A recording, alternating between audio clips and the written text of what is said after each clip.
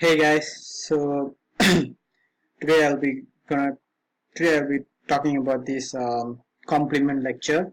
This is going to be something very interesting. It's going to be quite a lengthy video, so I'm going to make a few parts of it.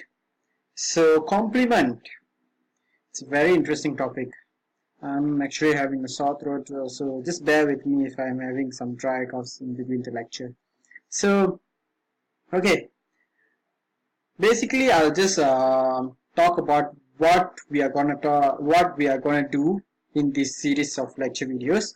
So we are going to talk about what is complement and how does it work, and we'll try to cover as well if there is any deficiency of the what is the effect of any deficiency and of the complement as well as any clinical scenarios.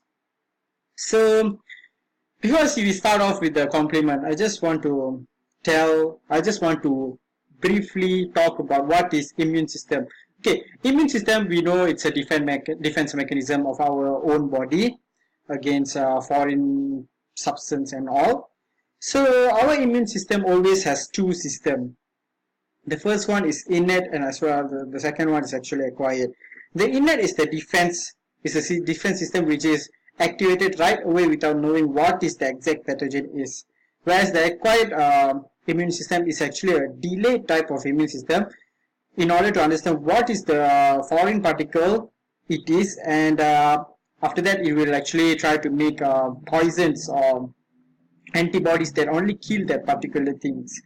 So to start off, complement system actually takes part in both of these two systems of immune system.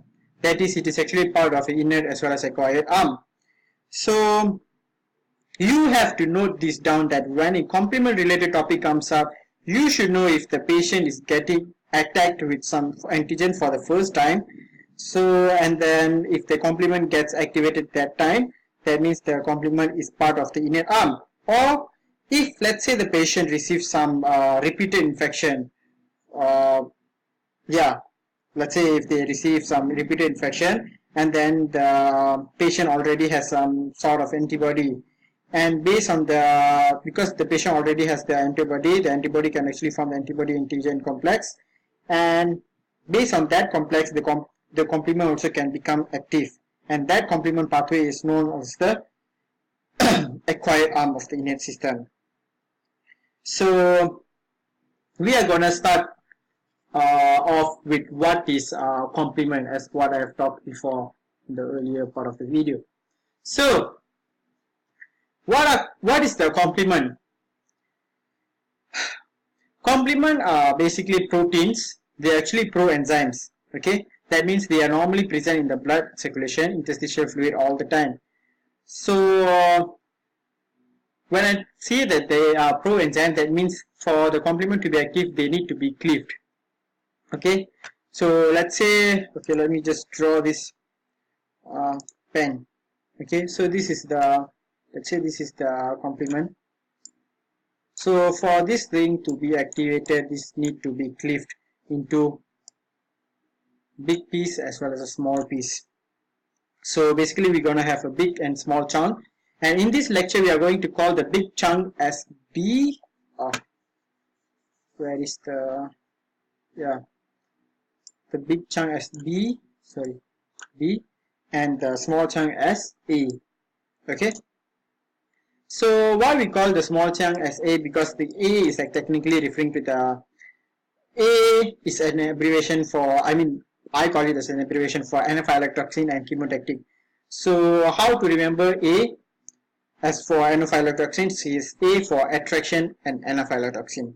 Okay, so these complement proteins are produced by the liver. They also can be produced by the macrophage and dendritic cell, but not all macrophage can actually produce this. Only macrophage in that infected area actually can produce this. How do I erase this? This, okay. So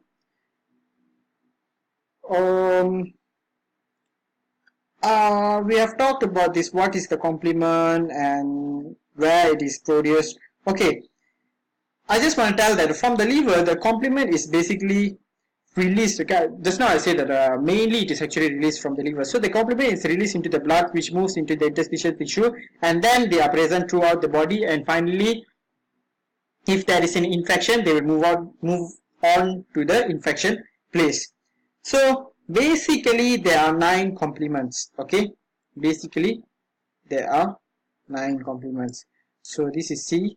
C is for complement. 1, 2, 3, 4, 5, 6, 7, 8, 9. Okay, these are the 7 complements that I'm gonna talk. These are the 9 complements that I'm gonna talk about. So, okay, these 9 complements, they can actually divide it into 3 groups. Okay, the first one is C16789. Okay, this C16789. Okay, these C16789, they are all, okay, just now I was talking about complement proenzyme, that means they need to be cleaved. For this 16789, they do not have to be cleaved. That means they just exist as that big molecule itself. That is for the first series. The second one, I'll use another highlighter. Okay, the second one is it's not really a second one. I'm just going to talk. Okay, just now I just talked about C16789. Now I'm just going to talk about what about this 6789. Okay, 6789. Okay, these 6789 are not enzymes at all, which means when they assemble, because when they assemble together, they make a pore.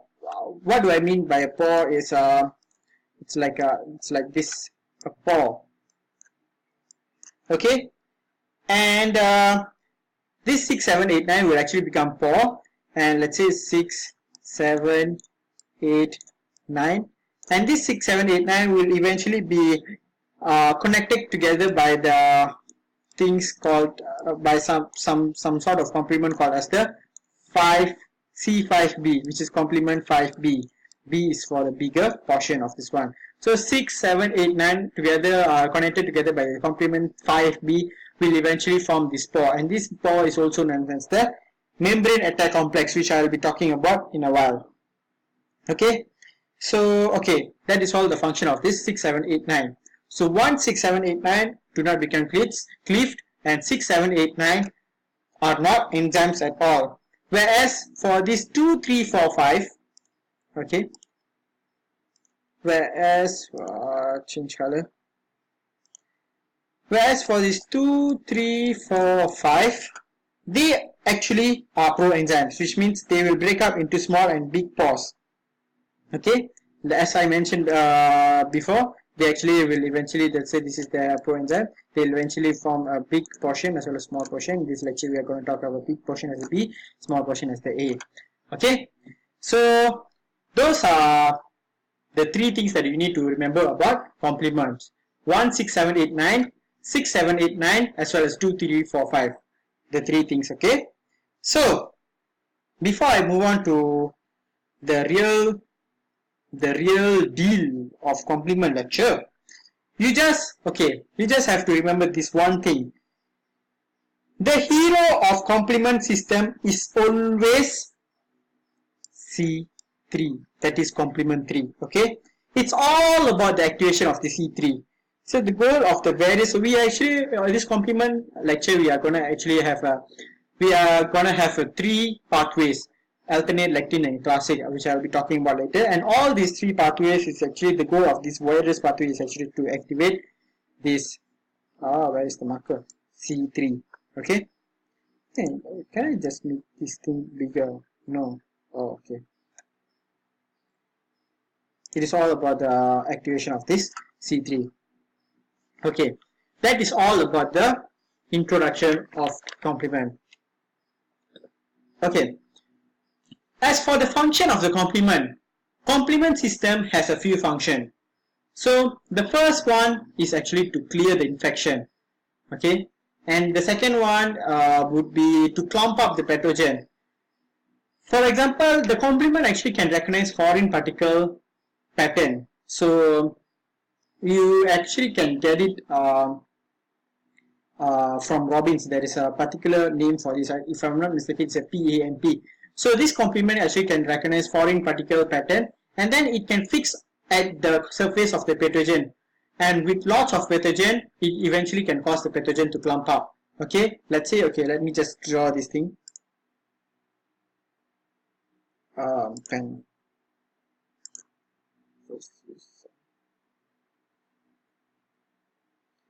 Let me just use this pen. Okay, where's the blue color? Yeah, we'll just use green. Okay, let's say this is the complement. Okay, and then this is the pathogen. Okay, this one complement actually can clump up many pathogen. Okay, can actually clump many pathogen together. 1, 2, 3, 4, 5, 6, 7, 8, 9.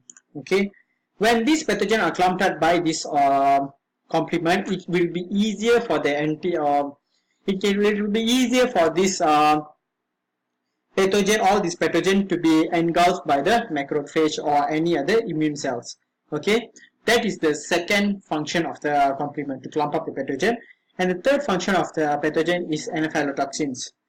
So the basically what is the function of the complement as anaphylatoxin is the complement can actually help in the improving the blood supply to the area of infection and cause inflammation in that local area, so that eventually we can actually get rid of the offending particles in that area.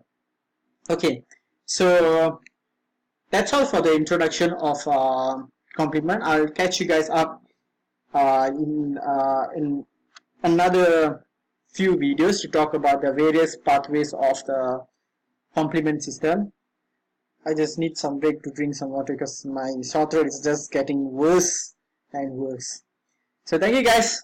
Meet you in the later videos.